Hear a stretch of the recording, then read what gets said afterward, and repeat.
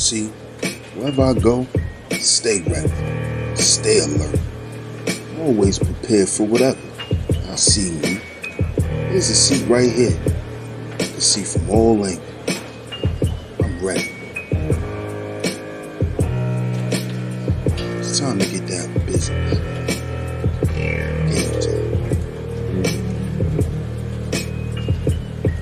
time. Hi, honey. I know you just made it to the library, but love of my life, my hero, my lion, you forgot your A game. So come home, take it, and then you can go and conquer the world, black man. Oh, and one more thing.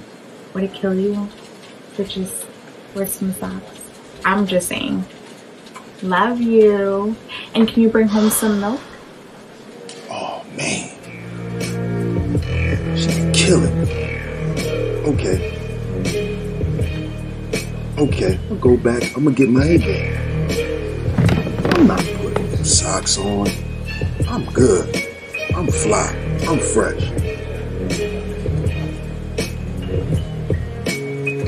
I'm gonna stop at 7-Eleven and get some milk.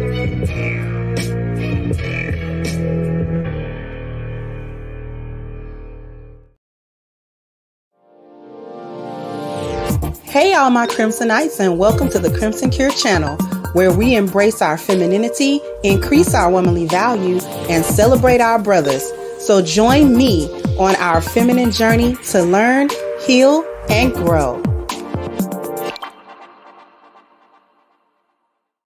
Hey there, my Crimsonites, and welcome to the Crimson Cure channel. I'm your host, femininity coach, and author of the Crimson Cure, and this is my perspective. So, you know, I had to come back around to the whole turkey leg hut thing because I was going off on another live stream, and it's been bothering me ever since. I was going off on it in the Deion Sanders live stream about how we like to do as Black people and how we do each other as Black people. And remember a few months ago where this big chick stripped completely naked and then walked through Turkey Leg Hut restaurant, and supposedly she was in, some type of protest of the Turkey Leg Hut dress code. They didn't like it that Turkey Leg Hut had a dress code. And, you know, it don't really get no stupider than this.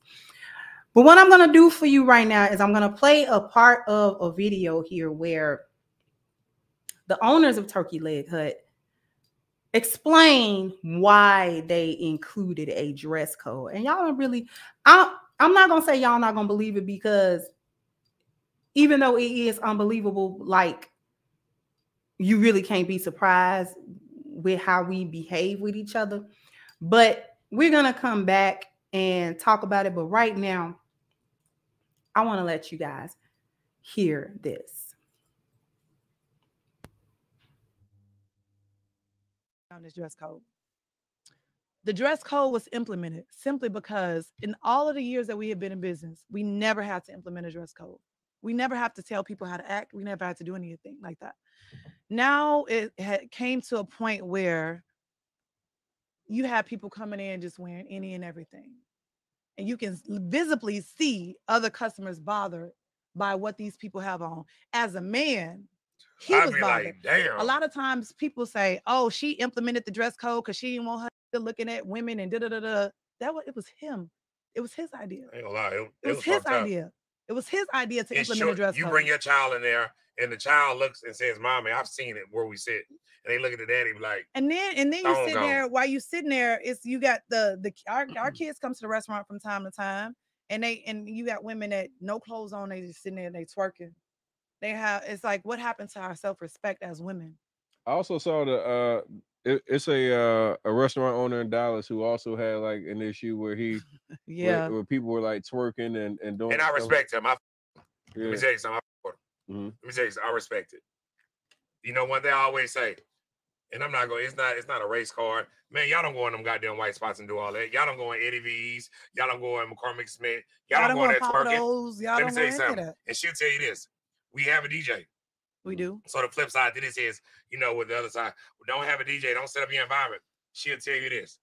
I done fired DJs for playing pop, all that type of shit. No. See, I don't play, man. Seriously. Man, I don't around. I play country and R&B. If a woman, and we don't take requests. I don't take no birthday song, no nothing. You will get fired for playing some bullshit. The DJ sets the tone. The DJ sets the tone. If you play, it's your birthday, what you think black women gonna do if they've been drinking 42? Start tearing it up. Yeah. Hey, when they start getting crunk, you know what I tell? I text the DJ, put on Nora Jones. He's not lying. Put on Nora. You'd be surprised with them black people say that Nora. Come on. They look at the DJ. It comes there. Twerk off Nora with your tough ass. Yeah. Twerk off Nora with your tough ass. Try it. You a bad motherfucker if you can twerk off Nora. And there you have it. And it wasn't black people. It was black women who don't know how to act in public as women. And we know that it was black women because of what she said. She said, actually, it was my husband's idea to implement a dress code because the women were coming in dressed like whatever, and people were visibly uncomfortable. They ain't visibly uncomfortable with a guy in a t-shirt and jeans. You're not visibly uncomfortable with that. You're not visibly uncomfortable with a woman coming in and she got a nice dress or a nice blouse on, a nice pair of jeans on, or a nice skirt. You're not visibly uncomfortable with that. What you become visibly uncomfortable with is these chicks coming in here butt booty naked almost completely in their birthday suit with the tightest this and the most revealing that on in a place that is like a family-friendly type of restaurant. They don't buy, it's not an adult-only environment. You can bring your kids there so they can eat as well. Here's the thing. Everything that they said was indicative of the bad appearance in the lost value system. It was indicative of women not having any standard on their appearance. So what you force people to do is you force people to have to create a standard for you to abide by, because you don't have a standard of your own value system or your own moral code to tell you that as a woman, I don't need to be stepping out in public looking XYZ kind of way. I still need to carry myself in a dignified way. I still need to carry myself in a cleanly, upkept, feminine, nicely dressed, nicely appointed way, even if I'm dressed casually.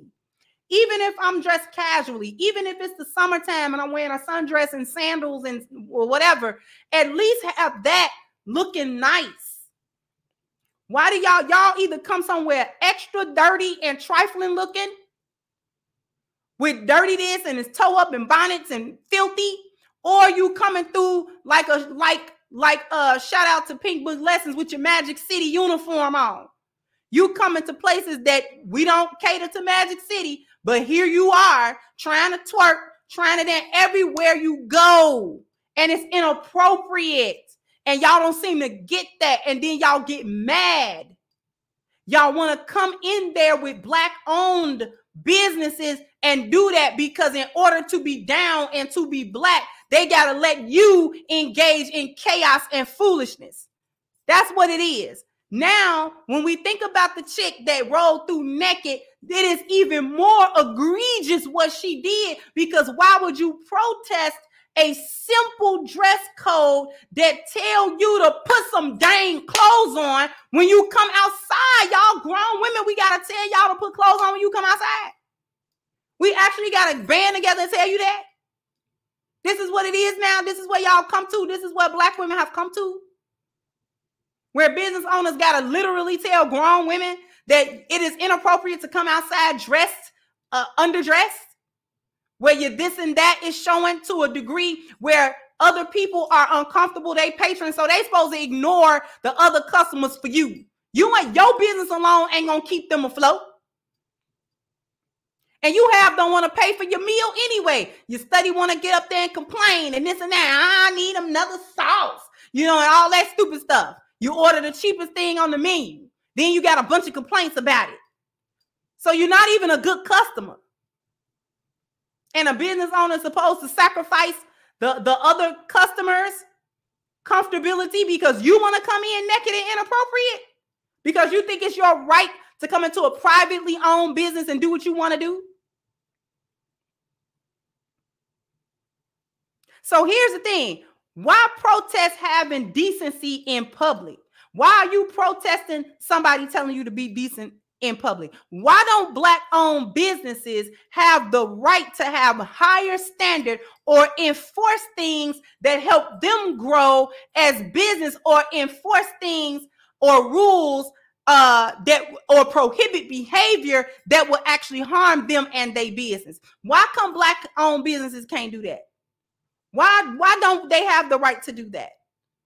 It's like we be so far in the lost value system where when Black-owned businesses open up in the hood, this is why we can't have nothing, because we think that the Black-owned business is supposed to be cool with us coming into that business any old kind of way we want. We want to be able to look the kind of way we want. We want to be able to talk how we want. We want to be able to come in drunk. We want to be able to come in loud. We want to be able to come in cussing. We want to be able to come in fighting. We want to be able to come in naked.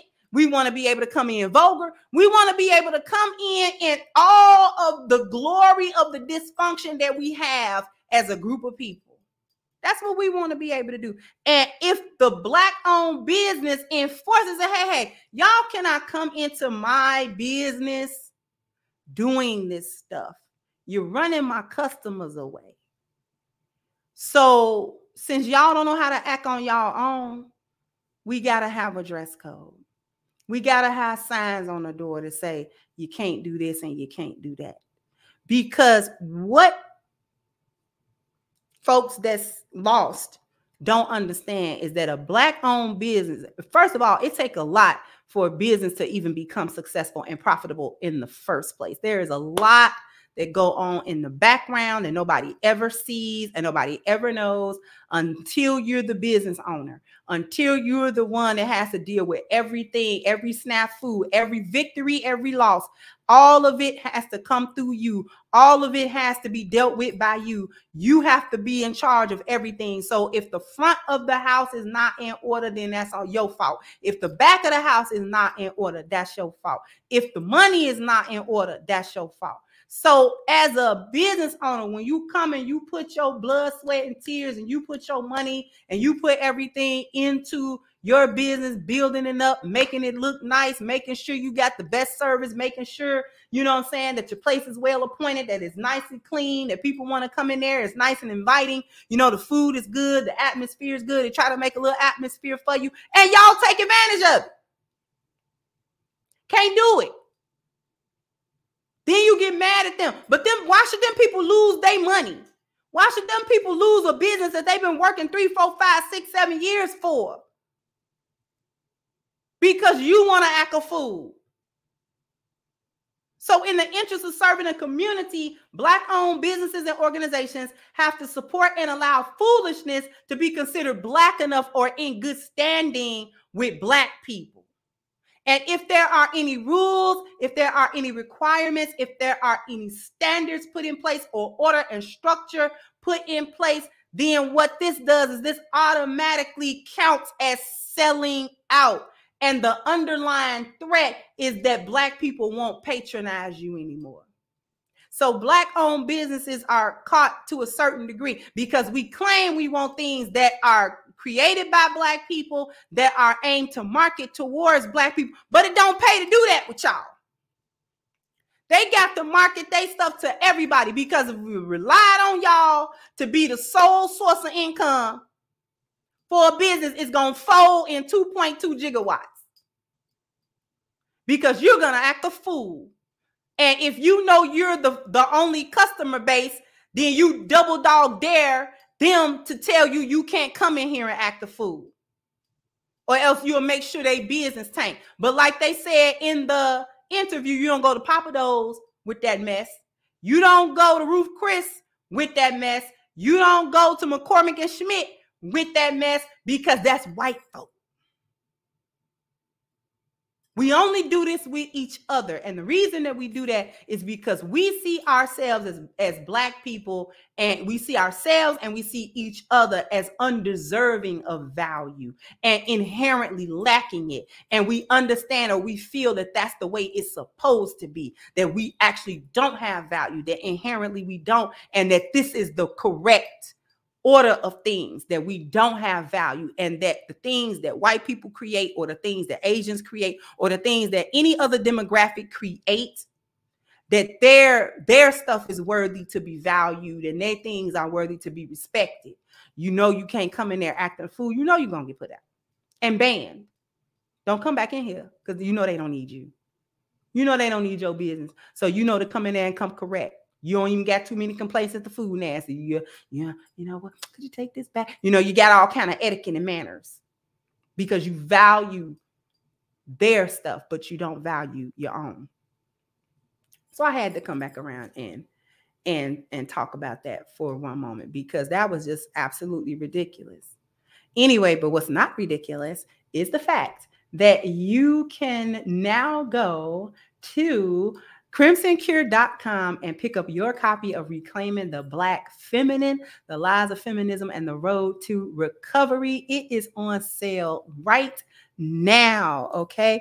All you got to do is go into the description box and pick up your copy of this book. It is a very awesome, this is an awesome and incredible and beautiful work, okay? And I definitely am pleased to be able to present it to you. So go ahead, click down in the description box, click the link for crimsoncure.com. Go ahead and get your copy of Reclaiming the Black Feminine. And while you're there in the description box, go ahead and click the link for the petition against Black Lives Matter organization. We are aiming for 15,000 signatures. Our goal is 100,000 signatures for the petition. So even if you've signed it, if it's been a while, if you've shared it, please do so again, and also get down in the description box and click the link for the petition. Also, jump down in the comment section. Let me know what you think. Like, share, subscribe to the channel if you have not. Once again, I'm your host, The Crimson Cure, and this was my perspective. Bye-bye, Crimsonites. Hey guys, please like, share, and subscribe to the channel and hit the notification bell. And if you've got more to say on the topic, leave a comment down below. Also, don't forget to support our sponsor, who so graciously supports this channel by clicking the description box and the link for A-Game at agameherbal.com. You can go ahead and get a 10% discount off of your next purchase using the code Kendra10. This has been yet another Crimson Cure production, and I'll catch you guys on the next one.